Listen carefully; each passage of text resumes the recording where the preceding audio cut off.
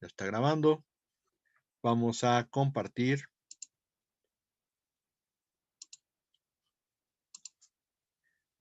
Compartimos. Vamos a hacerlo grande. Ahí está.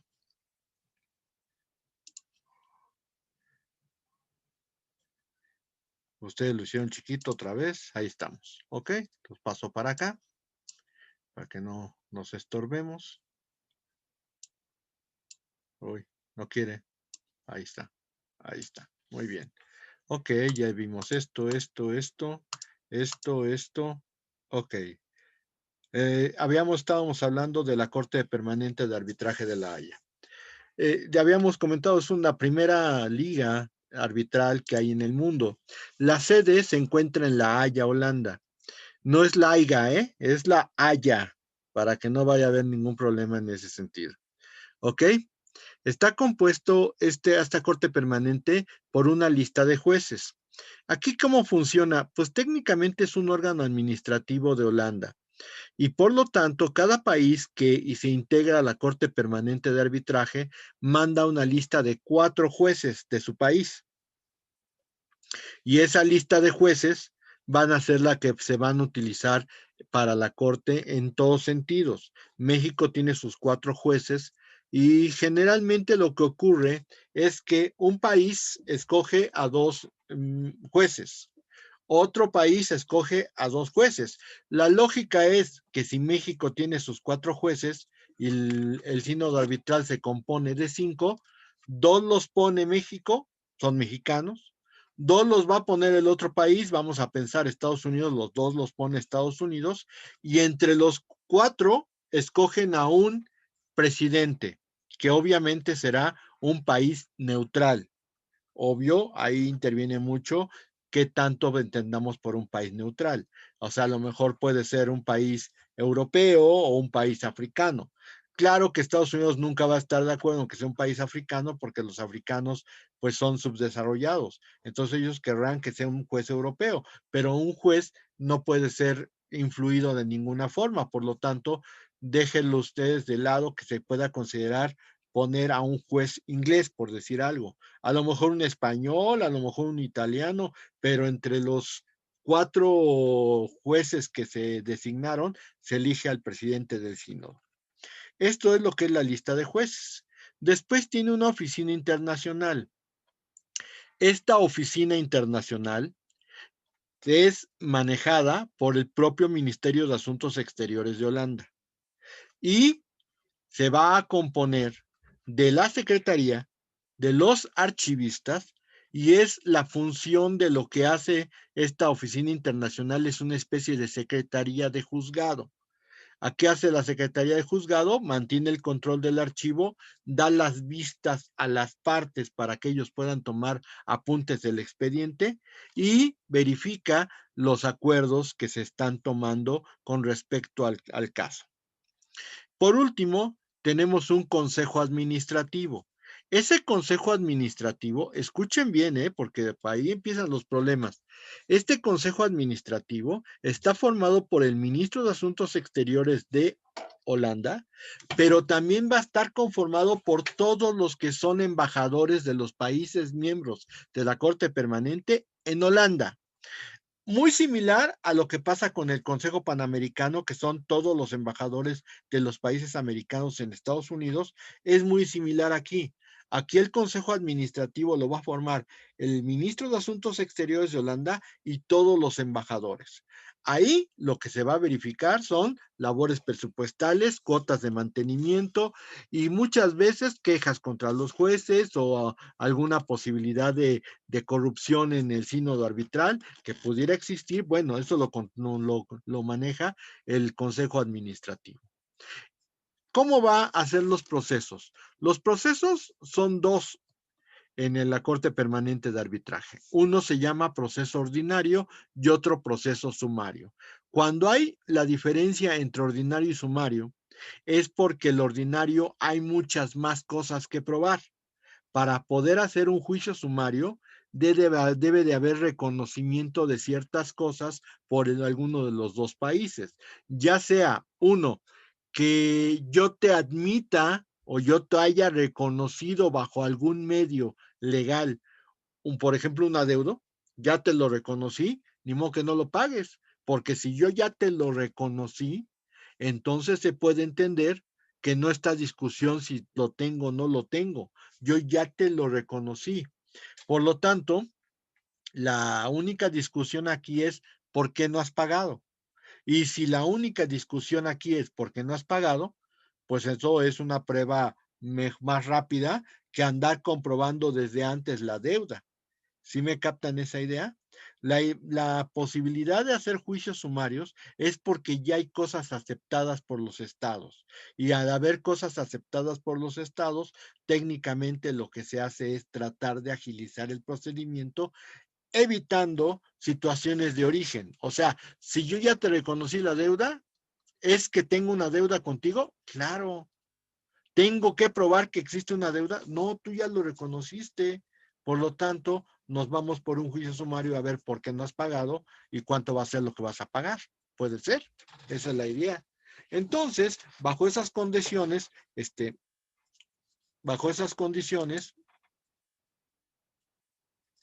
están por ahí porque de pronto se desaparecieron.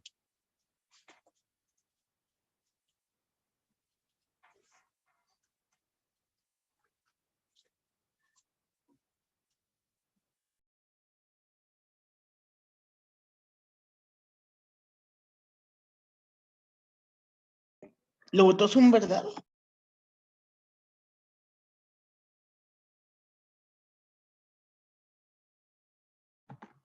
No se escucha, maestro.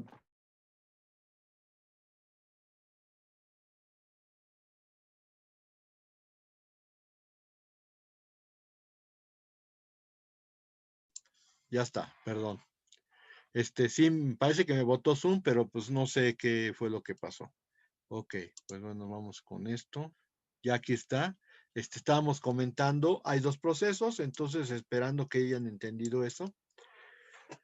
El juez, el árbitro, es juez de su propia competencia. Todo el sínodo arbitral van a decir que son jueces que van a decidir su competencia, pero como es un juicio concertado, es muy difícil que la competencia no se dé. La verdad, es una situación muy especial. Y la sentencia, por la calidad que tiene la Corte, es definitiva e inapelable. ¿Por qué es definitiva? Porque es un juicio arbitral y es uno de los procesos que de acuerdo con la teoría general del proceso son uniinstanciales. Y dos, ¿por qué son inapelables? Porque no hay una corte o no hay una sala o no hay un tribunal superior que revise el contenido de la sentencia. Por lo tanto, en esas circunstancias, pues no puede haber ninguna apelación. Lo único que existe es un recurso de revocación. El recurso de revocación es horizontal, que quiere decir lo resuelve el propio sínodo arbitral y va a resolver con base en alguna situación. Podría ser una prueba superviniente o un hecho que no se verificó, no se pudo checar o alguna cuestión parecida. Eso es el recurso de revocación que existe en la Corte Permanente de Arbitraje. Muy bien, a continuación tenemos ahora sí la jurisdicción. Lástima, ya se me fue mi birrete, pero ahí estamos en la Corte Internacional de Justicia. Esta Corte Internacional de Justicia, que es lo que queda, o más bien es el heredero de lo que antes era la Corte Permanente de Justicia Internacional. Los miembros de la ONU deben de contribuir a su manutención y los miembros de la Corte Internacional de Justicia son 15 miembros que se van renovando cada 3 años. Ahora, esto implica que técnicamente cada juez prácticamente está trabajando ahí 5 años porque cada tres se renuevan los miembros. Pero bueno, a final de cuentas se tiene presidente y vicepresidente. Hasta el año pasado, el vicepresidente de la Corte Internacional de Justicia era un juez mexicano, Bernardo Sepúlveda Amor, que era también que fue también aquí en México secretario de Relaciones Exteriores en el gobierno de Miguel de la Madrid. pero en este caso él estudió más y entonces se volvió vicepresidente de la Corte Internacional de Justicia hasta el año pasado. Las competencias de la Corte son dos: consultiva y contenciosa. La consultiva implica que cuando los órganos de las Naciones Unidas, en este caso, Asamblea General, Consejo Económico y Social, que les recuerdo que el Consejo Económico y Social o algún otro organismo, la Secretaría General de las Naciones Unidas, tienen necesidad de pedir una consulta a la Corte Internacional de Justicia, tienen que obtener la aprobación de la Asamblea General. Les recuerdo que el Consejo de Seguridad puede hacer consulta, pero no tienen que aprobársela. Ellos automáticamente consultan de manera directa, no tienen que pasar por la Asamblea. Y entonces los organismos especializados que también tengan dudas jurídicas pueden pedir una consulta a la Corte Internacional con la aprobación de lo que sería la Asamblea General. Ahora bien, esto es la facultad de competencia. La situación con la Corte, ya lo habíamos comentado, es que los estados no pueden demandar en la Corte y la Corte puede hacer compeler al otro estado a que comparezca. Dicho de otra manera, lo que pasa normalmente en nuestro país es meten la demanda y entonces haces que el juez mande llamar al acusado o al demandado a que comparezca a deducir sus derechos frente al juez. Aquí no. En el medio internacional, normalmente la única forma de obtener jurisdicción es firmando una cláusula facultativa de jurisdicción obligatoria. Esta cláusula facultativa de jurisdicción obligatoria puede darse de dos formas. Una, que sea una cláusula dentro de un tratado. Dos, que sea un tratado después de que se llevó a cabo el acto, el problema, y entonces ahí los dos.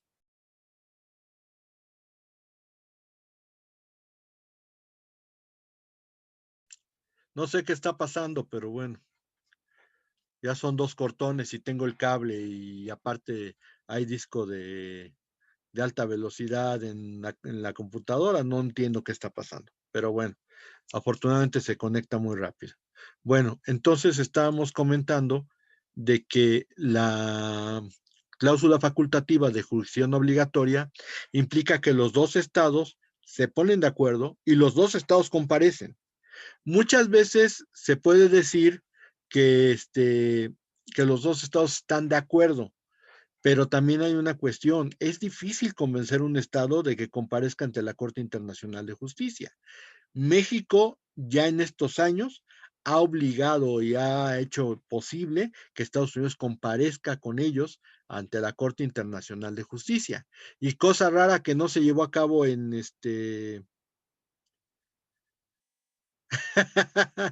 Ay, Antonio, pues está mi mujer y hay ¿cómo se llama? Pues hay juntas, ahí sí no puedo yo decirle nada. Pero pues, o sea, no son las mismas cosas que yo trataba de recuperar mi conexión, de inmediato y no más nada. Entonces yo como les digo, pues mi esposa y mi mujer y mi hija, están en este momento trabajando, ni modo que les digan, ay, desconéctense todos porque voy a trabajar yo. Pues no, todos tenemos que trabajar y es el mismo modo, ni modo, ¿qué le vamos a hacer?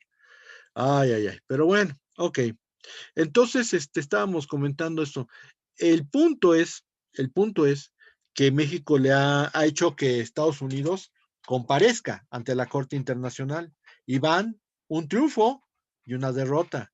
Y técnicamente ese triunfo es muy sonado porque fue el caso Avena, que les tengo que recordar, eran una serie de personas que estaban condenadas a muerte en Estados Unidos y que no se les había cumplido el derecho que tienen de pedir que sus cónsules estuvieran en el juicio.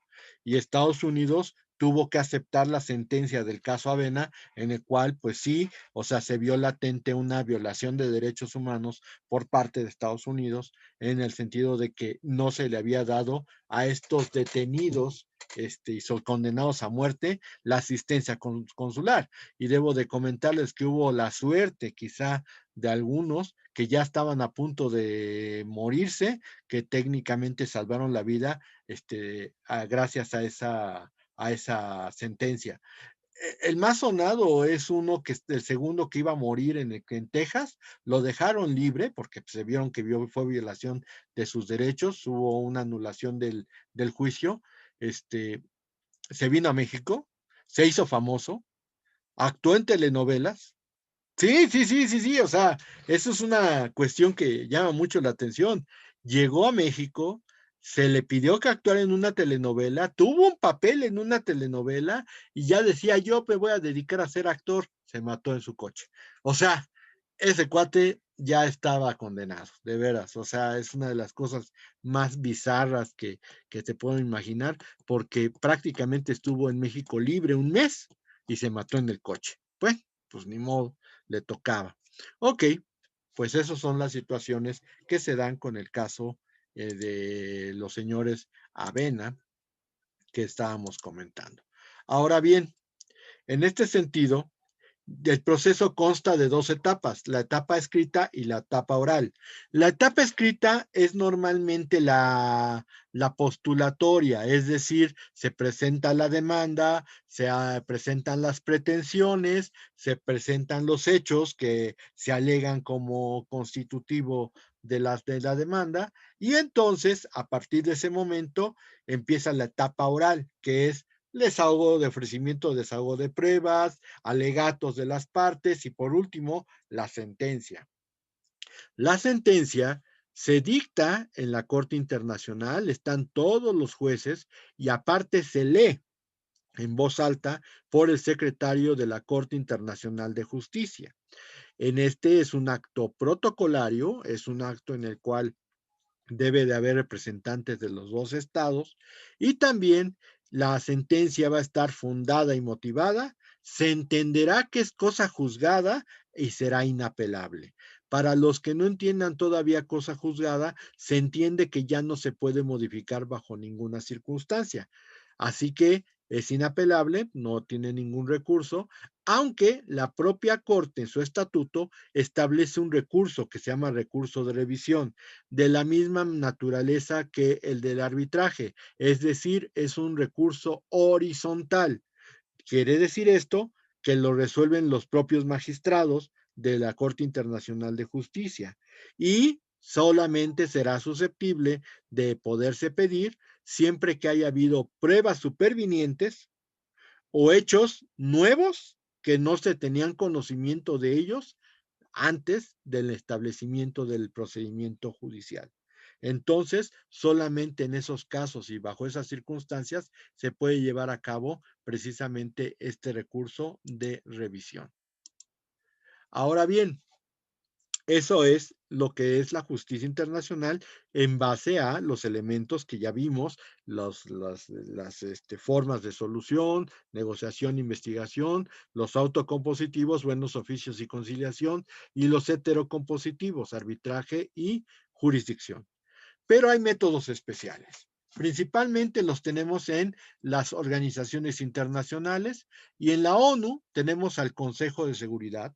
El Consejo de Seguridad ya habíamos comentado, pero lo reiteramos aquí, tiene facultades de investigación, es decir, pueden hacer uso de la investigación para saber cómo sucedieron los hechos.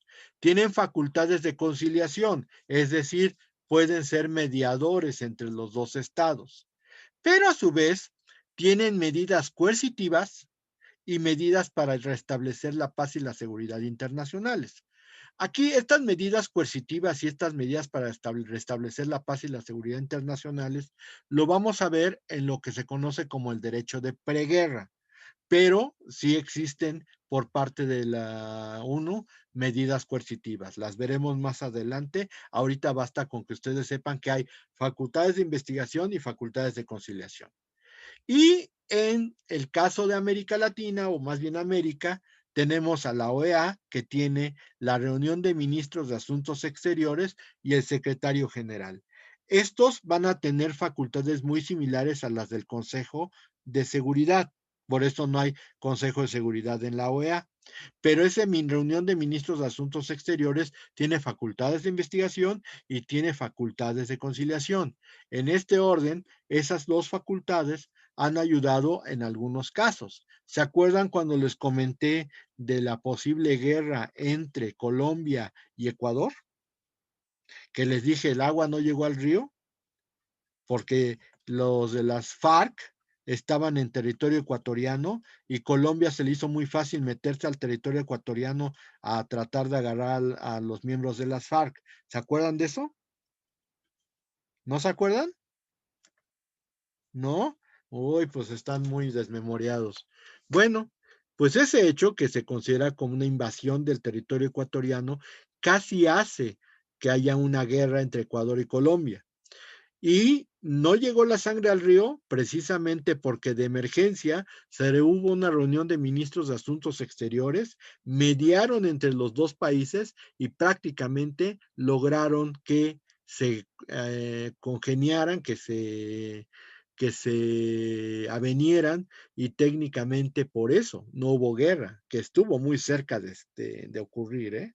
Estuvo muy cerca de ocurrir, pero afortunadamente no pasó de ahí. Ahora bien, eso es a final de métodos internacionales en los organismos internacionales. El Tribunal Internacional del Derecho del Mar tiene su sede en Hamburgo, ya habíamos comentado eso. Tiene 21 miembros y dura 9 años cada uno en sus cargos. Y su regulación son solamente casos del Convenio de Montego Bay. Realmente deberían de tener más trabajo, pero son muy pocos los casos, más que nada de limitación de plataforma continental. Son los casos que más ven este Tribunal Internacional de Derecho del Mar, y los ha resuelto bastante bien, pero son muy pocos los casos. Uno pensaría que ya debería de haber más, pero fíjense cómo ha sido tan eficaz la Convención de Montego Bay, que técnicamente ha habido muy pocos casos y principalmente de limitación de plataformas continentales. Bueno, pues esa es la actuación del Tribunal Internacional del Derecho del Mar y se acabó. Tenemos menos de un minuto, voy a cortar y voy a iniciar nueva sesión. Ya ven que son muy exactos estos señores, y la verdad es que no sé si vaya a haber alguna situación, pero por lo menos ahorita todas seguimos. Empiezan a plantear sus preguntas de todo el tema, si quieren de lo que